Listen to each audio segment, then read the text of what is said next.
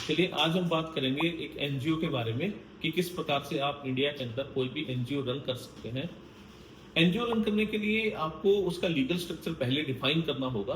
तो देखिए, legal structure का मतलब है कि आप इंडिविजुअल हो, पार्टनरशिप फर्म हो, या फिर प्राइवेट लिमिटेड कंपनी हो, या फिर कोई कोऑपरेटिव सोसाइटी हो, या फिर कोई दूसरी फर्म है। तो इसी प्रकार से इसी लीगल स्ट्रक्चर में आपको देखना होगा कि आपकी एनजीओ 3 कैटेगरी में से कौन सी में फॉल होती है। पहला, आपकी एनजीओ या तो ट्रस्ट हो सकती है। दूसरा, आपकी एनजीओ एक सोसाइटी में भी रजिस्टर्ड हो सकती है। तीसरा, इसके अंदर एक और ऑप्शन है कि आप एक सेक्शन 8 कंपनी भी बना सकते हैं। तो तीनों के हमें कुछ कैरेक्टर देखने पड़ेंगे, तीनों की कुछ लिमिटेशंस देखनी पड़ेंगी। तो वो वन बाय वन हम आपको अभी इसी वीडियो के माध्यम से बताएंगे। देखिए, देश के अंदर ना बहुत सारे एनजीओ काम करते हैं और इंडिया का जो कल्चर है वो भी इसी भावना के साथ काम करता है कि खुद तो जीना ही है और दूसरों की हेल्प भी करनी है। सुप्रीम कोर्ट की भी वर्डिक्ट आई है, उनका आदेश आया है। स्ट्रीट डॉग्स हैं, यानी कि आवारा कुत्ते जो भी हैं, उनको एक अलग तरीके से ट्रीट किया जाए और जो गवर्नमेंट अथॉरिटीज हैं उनको बताया गया है, डायरेक्शन दी गई है कि इनका एक पर्टिकुलर सेंटर अलग से बनाया जाए। तो ये जो आदेश आया है इसके अगेंस्ट में भी बहुत सारे लोग जो जीव प्रेमी हैं, सोशल लवर्स हैं, एनिमल लवर्स हैं, उन सब ने बहुत ज़्यादा विद्रोह किया और अपना जो आक्रोश है वो दिखाया। अलग अलग टाइम पे उन्होंने सुप्रीम कोर्ट के सामने एक प्रदर्शन भी किया। तो बहुत सारे एनिमल लवर्स का एक क्वेश्चन हो सकता है कि अगर वे खुद अपना एक एनजीओ चलाना चाहे तो किस प्रकार से चला सकते हैं। तो ये वीडियो आपको बहुत हेल्प करेगी। तो आपको हर एक पॉइंट को बिल्कुल ध्यान से सुनना है। चलिए अब हम स्टार्ट करते हैं कि देखिए, इस देश में अगर आपको एनजीओ चलाना है ना, तो आप अपना रजिस्ट्रेशन 3 कैटेगरी में कर सकते हैं। पहला, आप एक ट्रस्ट बना सकते हैं। तो ट्रस्ट बनाने की कुछ लिमिटेशंस है, कुछ बेनिफिट्स हैं। तो अगर आप अपना एक ट्रस्ट बनाना चाहते हैं तो ट्रस्ट के लिए सबसे प्राइम कैटेगरी ये है कि आपके पास मिनिमम 2 मेंबर होने चाहिए। एक बात मैं आपको पहले ही बता दूं कि देखिए, सोसाइटी, ट्रस्ट और सेक्शन 8 कंपनी, इन तीनों की अलग अलग बेनिफिट्स हैं, लिमिटेशंस हैं। तो आपको अपना बजट, अपने कंप्लायंसेस और आप कितना टाइम डिवोट कर सकते हैं, तो वो उसी के अकॉर्डिंग आपको देखना होगा। तो वापस आते हैं अपने ट्रस्ट के पॉइंट के ऊपर। तो ट्रस्ट के अंदर हमें मिनिमम 2 मेंबर चाहिए, यानी कि 2 आदमी कम से कम हो और वो अपने इस ट्रस्ट को रन कर सकते। इसमें से एक व्यक्ति वो होगा जिसको हम सेटलर बोलेंगे और दूसरा व्यक्ति वो होगा जो कि इसका एक प्रेसिडेंट या वाइस प्रेसिडेंट या कोई दूसरा उत्तरदायित्व वो ले सकता है। जो सेटलर है वो भी अपना प्रेसिडेंट हो सकता है, अपनी पोजीशन ले भी सकता है और नहीं भी ले सकता है। दूसरी बात, अब बात करते हैं सोसाइटी की। देखिए, सोसाइटी में जो मिनिमम मेंबर होते हैं वो 7 मेंबर होते हैं और 7 मेंबर की एक गवर्निंग बॉडी होती है। वही गवर्निंग बॉडी अपने जो एनजीओ है या फिर जो सोसाइटी उन्होंने बनाई है उसको रन करते हैं विद डिफरेंट पर्सपेक्टिव। इसी प्रकार से जो आपकी तीसरी कैटेगरी आती है, सेक्शन 8 कंपनी, उसके अंतर्गत आपको मिनिमम 2 मेंबर चाहिए ही चाहिए। देखिए, प्राइवेट लिमिटेड कंपनी केस में मैंने अपनी पुरानी वीडियो में बताया था कि एक व्यक्ति भी एक प्राइवेट लिमिटेड कंपनी चला सकता है। लेकिन अगर यहाँ आप ध्यान से देखेंगे तो सोसाइटी के अंदर 7, ट्रस्ट के अंदर 2 और सेक्शन 8 कंपनी के अंदर भी कम से कम 2 व्यक्तियों का होना जरूरी है। देखिए, ट्रस्ट बनाने के लिए जहां आप अपना रजिस्टर्ड ऑफिस दिखाएंगे तो वहां की जो भी एसडीएम कोर्ट होगी उसके अंतर्गत ये आपका रजिस्ट्रेशन किया जाएगा। ये ठीक उसी प्रकार से जैसे अगर आप कभी भी प्रॉपर्टी का रजिस्ट्रेशन करवाने जाते हैं तो सेम पैटर्न के ऊपर आपका ट्रस्ट भी रजिस्टर्ड होगा। इसके लिए एक ट्रस्ट डीड लिखी जाएगी, एक 100 रुपए का स्टैंप पेपर आएगा, कुछ गवर्नमेंट के ड्यूज है वो पे किए जाएंगे और आपका ट्रस्ट रजिस्टर हो जाएगा। देखिए, कुछ लोग ऐसे भी हैं जो सिर्फ अपनी ट्रस्ट डीड बनाते हैं सिंपल सी और उसको जाकर नोटरी से अटेस्ट करवा लेते हैं और वो अपने ट्रस्ट डीड बनवा लेते हैं। देखिए, मैं सजेस्ट करूंगा कभी भी नोटरी वाला आपको नहीं करना चाहिए, क्योंकि इनकम टैक्स के पॉइंट ऑफ व्यू से जब आप ट्रैवल ऑडिट का रजिस्ट्रेशन लेंगे तो डिपार्टमेंट उसके ऊपर ऑब्जेक्शन लगा सकता है। मैं ये नहीं कह रहा नोटरी वाला गलत है, बट बेटर ये है कि आपकी एक बार पोस्टिंग जरूर आएगी, एक बार कंसल्टेंट जो आपके एडवोकेट होंगे या जो टैक्स कंसल्टेंट होंगे वो आपसे पैसे जरूर लेंगे, लेकिन लेटर ऑन स्टेज में वो पैसा आपका अच्छी तरह से रियलाइज भी हो सकता है। दूसरा, सोसाइटी के लिए आपको कम से कम 7 मेंबर चाहिए और आपका जो भी रजिस्ट्रार है, रजिस्ट्रार ऑफ सोसाइटीज है, वो आपका इसका रजिस्ट्रेशन करेगा। इसमें सारा प्रोसेस ऑनलाइन ही होता है।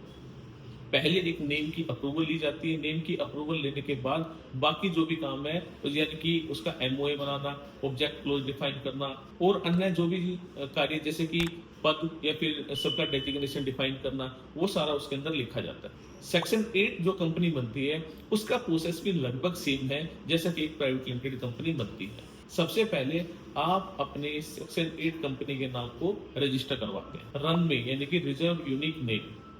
जो सेक्शन 8 कंपनी जो बनती है वो भी प्राइवेट लिमिटेड कंपनी की तरह ही बनती है। सारा काम ऑनलाइन है, ऑफलाइन में कोई भी कार्य नहीं है। आपको किसी पर्टिकुलर जगह पे जाने की जरूरत नहीं है, कोई फोटोग्राफ्स खिंचवाने की जरूरत नहीं है।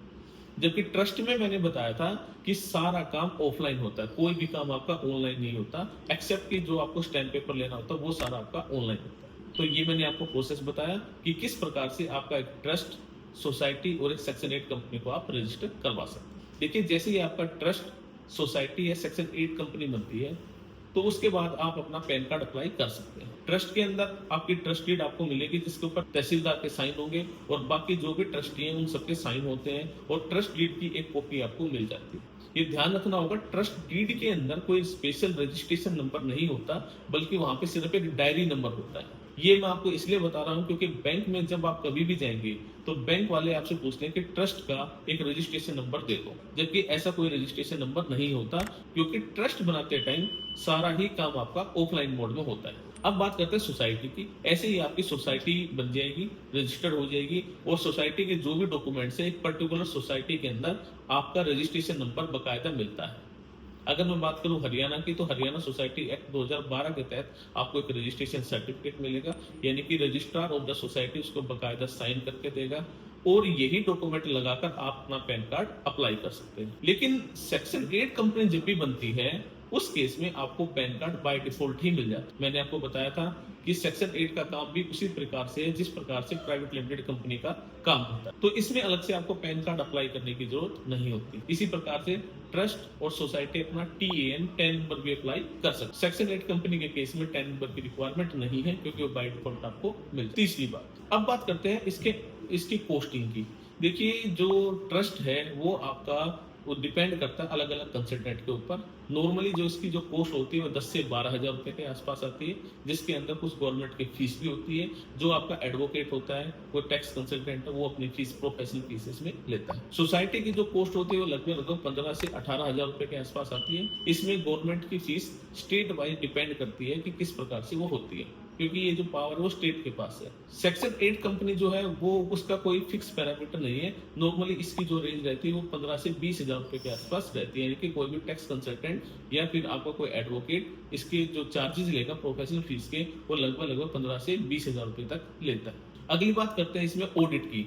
देखिए, ऑडिट की रिक्वायरमेंट तीनों ही केस में है, चाहे आपका ट्रस्ट हो, चाहे सोसाइटी हो या फिर सेक्शन 8 कंपनी हो, तीनों केस में ही आपको अपना ऑडिट करवाना जरूरी है। बस एक डिफरेंस यहाँ पे जरूर आता है कि वो ये है कि ट्रस्ट के अंदर आप अपना ऑडिट करवाइए, बट वो डॉक्यूमेंट आपको किसी को देने नहीं है, ऑनलाइन अवेलेबल नहीं करवाने। जबकि सोसाइटी के केस में आपको पर्टिकुलर डेट तक वो डॉक्यूमेंट सारे अपलोड करने होंगे और ऐसा ही आपका सेक्शन 8 कंपनी के अंदर भी आपको डॉक्यूमेंट अपलोड करने होंगे। इसको हम टेक्निकली भाषा में बोलते हैं एनुअल फाइलिंग। तो ये आपको जरूर ध्यान रखना होगा कि ट्रस्ट का एक बेनिफिट है कि आपको अपने डॉक्यूमेंट पब्लिक को नहीं देते, जबकि सोसाइटी में और सेक्शन 8 कंपनी में ये डॉक्यूमेंट्स आपको पब्लिक को दिखाने होते हैं। आप कह सकते हैं कि ये पब्लिक डॉक्यूमेंट्स। अब अगली बात करते हैं कि कंप्लायंसेस की कॉस्ट कितनी है। देखिए, ट्रस्ट के अंदर मैंने बताया कि ट्रस्ट में एक नॉर्मल ऑडिट होता है, वो डॉक्यूमेंट्स आपके पास रखने होते हैं, तो थोड़ी सी कॉस्ट कम आती है। सोसाइटी के केस में आपको अपना ऑडिट करवाना पड़ेगा, उसकी एनुअल फाइलिंग करनी पड़ेगी, तो कंप्लायंसेस की कॉस्ट थोड़ी सी ज्यादा हो जाती है। सेक्शन 8 कंपनी के अंदर भी आपको सालाना अपने ऑडिट करवाने पड़ेंगे और उसका एनुअल कंप्लायंसेस करवाना पड़ेगा। देखिए, इसमें ऐसा भी हो सकता है बीच बीच में शेयर होल्डर आ भी सकते हैं, जा भी सकते हैं, तो उनकी भी एक पर्टिकुलर एक कॉस्ट होती है। बार बार में डॉक्यूमेंटेशन मेंटेन करना, उनको अपलोड करना और उसकी कुछ गवर्नमेंट फीस आपको भर। तो जब भी आप तीनों में से कोई भी क्राइटेरिया सिलेक्ट करें तो आपको ये वाला कंप्लायंस वाला पॉइंट भी आपको ध्यान। अब बात करते हैं, ये जो तीनों मैंने आपको स्ट्रक्चर बताए, इनको कौन कौन सा एक्ट गवर्न करता है। देखिए, जो ट्रस्ट है उसको गवर्न करता है इंडियन ट्रस्ट एक्ट 1882। सोसाइटी को जो गवर्न करता है उनके स्टेट वाइज होता है, यानी कि हर स्टेट की अपनी अपनी पावर होती है और उसके अकॉर्डिंग अपने रूल्स बनाते हैं। तो जैसे अगर मैं बात हरियाणा की करूं तो हरियाणा में अभी जो कानून चल रहा है वो सोसाइटी एक्ट 2012 चल रहा है। सेक्शन 8 कंपनी को जो कानून गवर्न करता है उसका नाम है कंपनी एक्ट 2013। यानी कि जो भी कंपनी एक्ट के प्रोविजंस एप्लीकेबल हैं तो वही एप्लीकेबल हो जाएंगे आपकी सेक्शन 8 कंपनी के लिए। अब बात करते हैं कि अगर एनजीओ बनती है तीनों फॉर्मेट में से किसी में, तो आपको क्या क्या डॉक्यूमेंट मिलेंगे।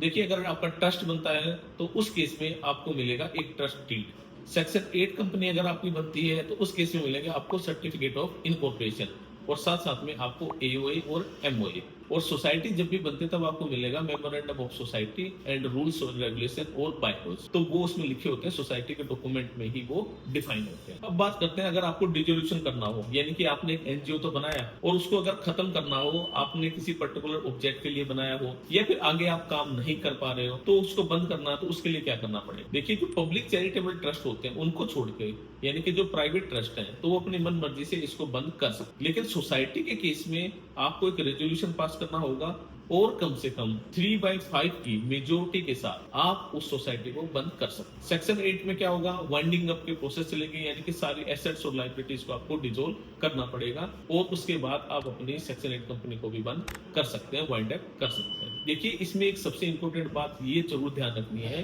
कि सारी एसेट्स और सारी लायबिलिटीज को खत्म करना पड़ेगा, चाहे आपके ट्रस्ट हो, चाहे आपकी सोसाइटी हो या फिर चाहे आपकी सेक्शन 8 कंपनी हो। आप ये नहीं कर सकते कि आपकी एसेट्स और लायबिलिटी अभी भी पेंडिंग चल रही है और आप उस ट्रस्ट को या फिर उस एनजीओ को बंद कर दो। कई बार ऐसा भी होता है कि अगर आप उस ट्रस्ट को नहीं चला पाए, सोसाइटी को नहीं चला पाए, तो आप गवर्नमेंट के पास जा सकते हैं, उनको रिक्वेस्ट कर सकते हैं कि भाई हम इस पर्टिकुलर सोसाइटी को, एनजीओ को चला नहीं पा रहे हैं। तो उस केस में गवर्नमेंट क्या करेगी, अपने आप उस ट्रस्ट को एक्वायर कर लेगी, उसकी एसेट्स और लायबिलिटी की रिस्पॉन्सिबिलिटी अपने आप ले लेगी आफ्टर ड्यू प्रोसेस। तो ये भी आप कर सकते हो। आप बीच में किसी भी ट्रस्ट, सोसाइटी या सेक्शन 8 कंपनी को नहीं छोड़ सकते, उसके कंप्लायंसेस को आपको पूरा करना ही करना पड़ेगा। इलेक्शंस, देखिए इलेक्शन तीनों केस में रिक्वायर्ड है। पहला केस ट्रस्ट, आपको हर साल अपने इलेक्शन करवाने पड़ेंगे या फिर कोई जो ड्यू डेट यानी कि जो आपने ट्रस्ट डीड में डिफाइन कर रखी है उसके हिसाब से आपको अपने इलेक्शन करवाने पड़ेंगे। सोसाइटी के भी आपको इलेक्शन करवाने पड़ेंगे, वो डिपेंड करता है आपके सोसाइटी एक्ट के अकॉर्डिंग किसी particular state. Same to same way में मीटिंग्स भी होंगी जो कि आपकी सेक्शन 8 कंपनी से बिलोंग करेंगी और उसी के अंदर आपके सारे के सारे डिसीजन लिए जाएंगे जो कि किसी भी पर्टिकुलर एनजीओ के लिए बेनिफिशियरी या फिर वटएवर किसी भी टाइप का डिसीजन लेना हो तो आपको अपने इलेक्शंस करवाने पड़ेंगे। ऐसा नहीं हो सकता कि एक बार एक व्यक्ति ने कोई भी पोजीशन ली और वो परमानेंट या पूरी लाइफ लॉन्ग उसी पोजीशन पे रहेगा। हालांकि म्यूचुअल अंडरस्टैंडिंग के हिसाब से किसी भी ट्रस्ट सोसाइटी में कुछ भी हो सकता है, लेकिन आपको इलेक्शन तो हर साल करवाने पड़ेंगे और उसकी अपडेशन आपको जरूर से भी जरूर देनी पड़ेगी उस पर्टिकुलर डिपार्टमेंट में। यानी कि जैसे सोसाइटी का डिपार्टमेंट है तो सोसाइटी में आपको देना पड़ेगा। कंपनी के केस में आप हर साल अपनी जो मीटिंग्स करते हैं वो देनी ही पड़ेगी। लेकिन ट्रस्ट के केस में आपने जो इलेक्शन की है, जो मीटिंग्स की है, उसका सिर्फ आपको एक रजिस्टर बनाना है और वो अपने पास। अब बात करते हैं ट्रांसपेरेंसी की। देखिए, जो ट्रांसपेरेंसी है वो सोसाइटी के अंदर कंपैरेटिव कम होती है क्योंकि उसकी एनुअल फाइलिंग तो होती है लेकिन उसके डॉक्यूमेंट्स को कोई भी व्यक्ति इजीली नहीं देख पाता। ऐसे ही ट्रस्ट के अंदर तो एनुअल फाइलिंग भी नहीं होती। आपने अपने बुक्स ऑफ अकाउंट मेंटेन किए, ऑडिट रिपोर्ट बनवाई, अपने सीए से सारा काम करवाया और उसके बाद वो डॉक्यूमेंट्स को आप अपने पास रखते हो। कहीं पे जमा करवाने की जरूरत नहीं है, कहीं पे ऑनलाइन सबमिशन की जरूरत नहीं है। लेकिन अगर यही काम एक सेक्शन 8 कंपनी में होता है तो उनको हर साल अपनी एनुअल फाइलिंग करनी पड़ेगी और अपने डॉक्यूमेंट्स को पब्लिक करना पड़ेगा। मैंने एक वीडियो में पहले भी बताया है कि प्राइवेट लिमिटेड कंपनी के केस में या फिर वो सारी कंपनी जिनके ऊपर कंपनी एक्ट 2013 लगता है उनको अपने डॉक्यूमेंट्स को पब्लिक में देने पड़े। अब बात करते हैं इनके एनुअल पोस्टिंग की। तो देखिए, ट्रस्ट में जो एनुअल पोस्टिंग होती है वो कम होती है, सोसाइटी में कंपैरेटिव थोड़ा सा ज्यादा होती है और सेक्शन 8 कंपनी जो भी बनाते हैं उनकी जो पोस्टिंग होती है, एनुअल पोस्टिंग होती है, कंप्लायंसेस की जो पोस्ट है वो कहीं ज्यादा हो क्योंकि उसमें शेयर होल्डर्स की मीटिंग्स और मीटिंग रजिस्टर और दूसरे डॉक्यूमेंट्स मेंटेन करना कहीं ज्यादा जरूरी है। प्लस मैंने पहले ही बताया एनुअल फाइलिंग भी इसके अंदर रिक्वायर्ड है। देखिए, बनाने में जो टाइम लगता है वो ट्रस्ट के अंदर सबसे कम लगता है। इसमें आपको क्या करना पड़ेगा, एक दिन अपनी अपॉइंटमेंट लेनी है अपने तहसीलदार या एसडीएम से, अपने ट्रस्ट डीड को लिखना है, उसको चेक करवाना है और उसके बाद एक दिन के अंदर आपके फोटोग्राफ्स वहां पे खींच जाते हैं और आपका रजिस्ट्रेशन हो जाता है। सोसाइटी के केस में लगभग 20 से 25 दिन लग जाते हैं, तो थोड़ा सा और मुश्किल होता है।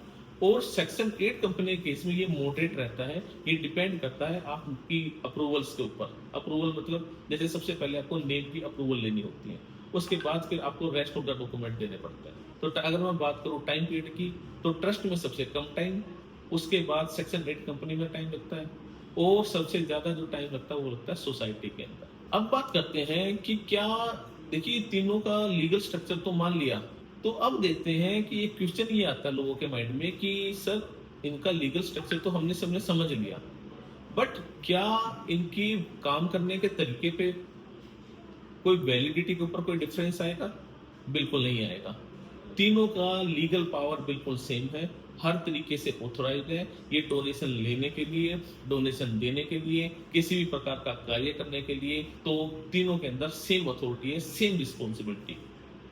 तो आप ये नहीं कह सकते कि मेरा ट्रस्ट बना है तो मुझे पावर कम मिली है या डोनेशन कम ले सकता हूं, ऐसा बिल्कुल भी नहीं। तीनों का बिल्कुल सेम। इनकम टैक्स के जो प्रोविजंस हैं उसके अंदर सेक्शन 12AA का रजिस्ट्रेशन यस तीनों को मिलेगा, 18J का रजिस्ट्रेशन तीनों को मिलेगा।